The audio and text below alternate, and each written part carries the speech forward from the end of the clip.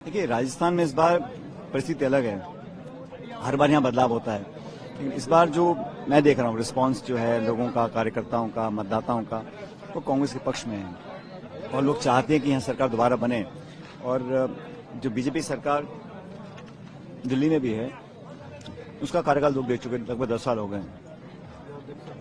तो विकल्प लोग ढूंढ रहे हैं केंद्र में भी, और मुझे लगता है कि इस बार न सिर्फ राजस्थान में, लेकिन मध्य प्रदेश में, छत्तीसगढ़ में, तेलंगाना में, हर जगह कांग्रेस पार्टी का शासन बनने जा रहा है। लेकिन वहां तो क्या है, लोग सच में बदलाव चाहते हैं और कांग्रेस के प्रति लोगों का जो रुझाव है शहर के और ग्रामीण सब जगह।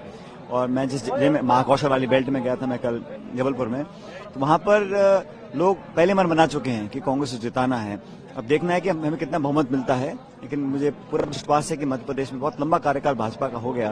लोग बदलाव चाहते हैं और हमारी जो पॉलिसीज जो गारंटीज हैं उसको लोग पसंद कर रहे हैं। सर, लेकिन और कई यहाँ की कानून व्यवस्था और जो महिलाओं के मामले हैं वो बहुत ज्यादा। देखिए, राजस्थान में हम लोगों ने FIR रजिस्ट्रेशन कंपलसरी कर दिया है। मतलब हम छुपा नहीं रहे हैं किसी बात को। अगर कुछ दुर्घटना होती है या शोषण कहीं होता है, महिलाओं से अत्याचार होता है, तो उस पर तुरंत एक्शन हम लोग ले रहे हैं। अब बाकी आप मध्य प्रदेश को, उत्तर प्रदेश को तुलना करेंगे तो राज्यों में स्थिति स्टेट गवर्नमेंट का होता है रिस्पांसिबिलिटी लॉ एंड ऑर्डर की, लेकिन राजस्थान में जहां जहां ऐसा हुआ है तुरंत कार्रवाई हम लोगों ने करी है। कई जगहों पे लोग छुपाते हैं आंकड़े कम दिखाने के लिए, FIR रजिस्टर नहीं होती हैं, पुलिस मामले को दबा देती है। यूपी में कई बार हमने देखा है, लेकिन राजस्थान में सच्चाई सामने आ रही है और लगातार हम कोशिश कर रहे हैं कि इस पर अंकुश कैसे लगाया जा सकता है। पूरे प्रदेश के अब फोटो का साइज छोटा है बड़ा है ये बहुत महत्वपूर्ण नहीं है। मैं तो समझता हूँ राजनीति में लोगों को जनता के बीच में, उनके दिलो दिमाग में भी जगह बनानी चाहिए, और जो कार्यकर्ता, राजनीतिक कार्यकर्ता पब्लिक के माइंड में, उनके दिमाग और दिल में जगह बनाता है वो परमानेंट है। बाकी पोस्टर तो आज इसके हैं, कल उसके बदलते रहते हैं, लेकिन पब्लिक के साथ जुड़ाव रहे, कार्यकर्ताओं से कनेक्ट रहे, एक भावनात्मक जुड़ाव रहता है, तो वो एक लंबे समय तक रहता है। बाकी पार्टी एकजुटता से चुनाव लड़ रही है, कोई कितनी कोशिश कर ले, लेकिन कांग्रेस पार्टी में किसी के साथ कोई मनभेद नहीं है। हम सब मिलकर चुनाव लड़ रहे हैं, जीतेंगे। देखो, मुझे तो खड़गे साहब ने और राहुल जी ने कहा 5-6 महीने पहले कि जो कुछ भी हुआ, जैसे पिछले साल जो हमारी CLP की मीटिंग नहीं हो पाई थी, बगावत एक तरह से हो गई थी, फिर पार्टी ने कुछ एक्शन भी लिया उसके ऊपर, मुझे कहा कि उसको माफ करो, भूलो और आगे बढ़ो।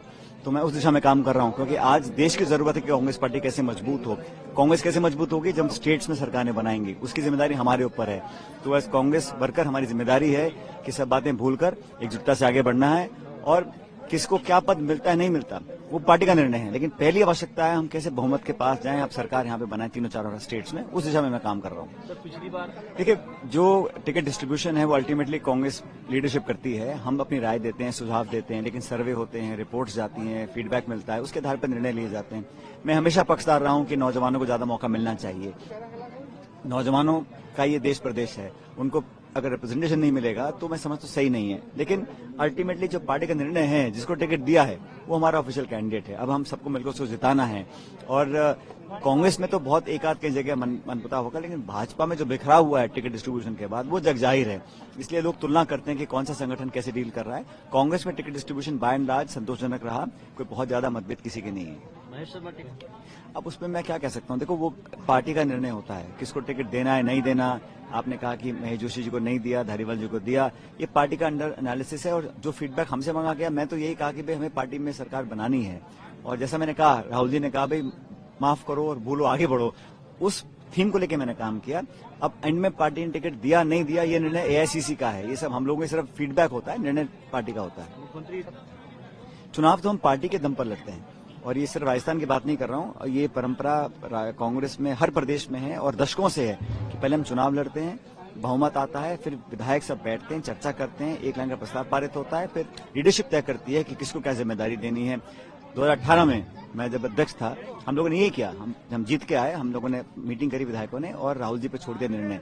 इस बार भी हम सब मीटिंग करेंगे और जो निर्णय पार्टी देगी उस सबको मान्य होगा। तो मैं नहीं समझता हूँ कि यहाँ किसी 1 या 2 या 4 व्यक्तियों की बात है, तो पार्टी की बात है, पार्टी का मैनिफेस्टो, पार्टी की चुनाव रणनीति, पार्टी का मौजूद कार्यकर्ताओं की ताकत पर हम सरकार बनाए।